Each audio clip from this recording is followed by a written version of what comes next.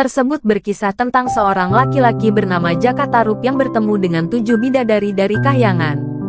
Penasaran seperti apa cerita Jakatarup dan Nawang Wulang?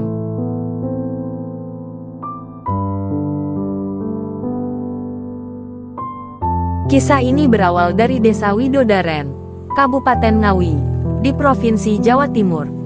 Menurut legenda, Desa Widodaren ini terbentuk dari cerita Jakatarup dan Nawang Wulan. Mulanya, Jakatarup merupakan seorang pria tampan yang cukup populer di desanya. Ketampanannya tersebut membuat banyak perempuan di desa ingin menjadi istrinya. Sayang, Jakatarup selalu menolak dan berpikir bahwa perempuan-perempuan di desa tersebut tidak cukup cantik untuknya. Di kemudian hari, Jakatarup melakukan pekerjaannya seperti biasa, yakni mengumpulkan kayu di hutan. Ketika ia menyusuri hutan, Jakatarup mendengar suara air terjun. Tidak hanya itu, dari apa yang ia dengar, Jakatarup merasa jika ada banyak suara gadis. Karena penasaran, Jakatarup pergi ke arah suara yang ia dengar itu dan betapa terkejutnya dia melihat ada banyak perempuan cantik yang sedang mandi. Ia lantas terpesona dengan kecantikan yang dimiliki oleh perempuan-perempuan tersebut. Namun tidak lama setelah itu, perempuan itu mengambil selendang miliknya dan terbang ke langit. Mereka bukan perempuan biasa, mereka bidadari dari kahyangan, ungkap Jakatarup. Di hari berikutnya, Jakatarup kembali ke air terjun tersebut dan memutuskan untuk mencuri salah satu selendang dari bidadari-bidadari itu.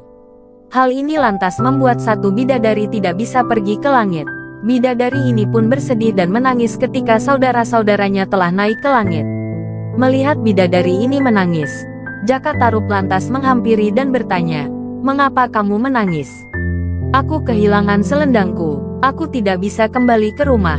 Semua saudariku telah meninggalkanku. Namaku Nawang Wulan. Aku akan memberimu apapun jika kamu dapat menemukan syalku. Aku akan membantumu. Tetapi jika kita tidak dapat menemukannya, kamu bisa tinggal di rumahku. Kamu bisa menjadi istriku," kata Jakatarup. Karena Jakatarup yang menyembunyikan selendang milik Nawang, maka ia berpura-pura mencari dan tidak menemukannya. Akhirnya, Nawang dan Jakatarup pergi ke rumah, kemudian menikah.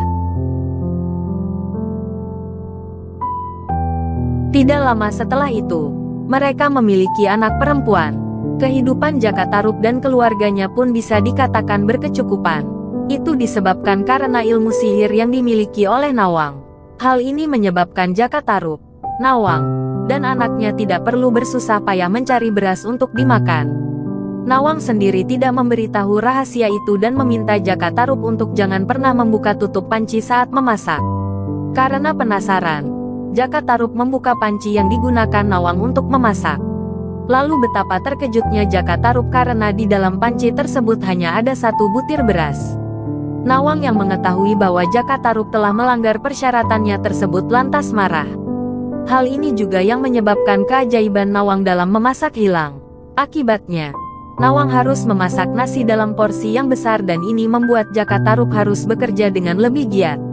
Lalu, ketika Nawang ingin mengambil beras terakhir, betapa terkejutnya ia melihat selendang miliknya ada di tempat penyimpanan beras.